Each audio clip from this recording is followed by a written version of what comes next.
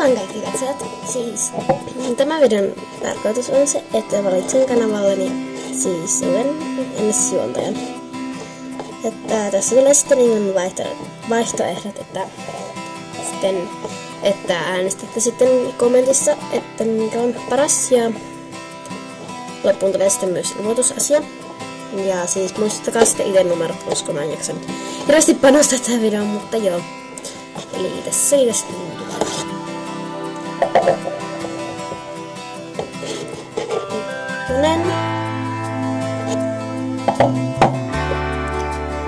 Kakkonen.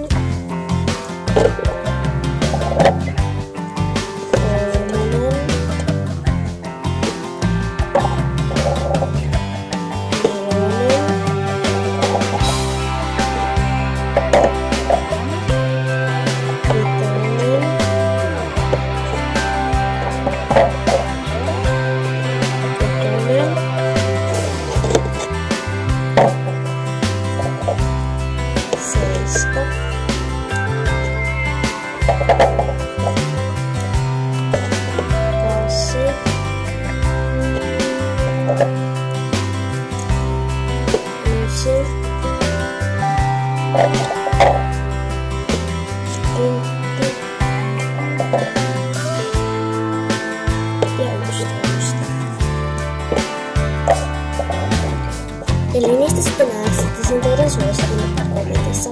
Ja sitten tulee ilmoitusasia.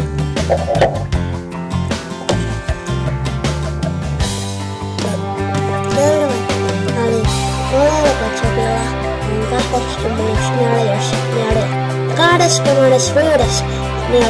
suuntaali, että voi tehdä jonkun pelin suuntaalivideon, jos haluaa. Ei ole pakko, mutta jos haluaa. Kiitos, jos teet. Ja muuta.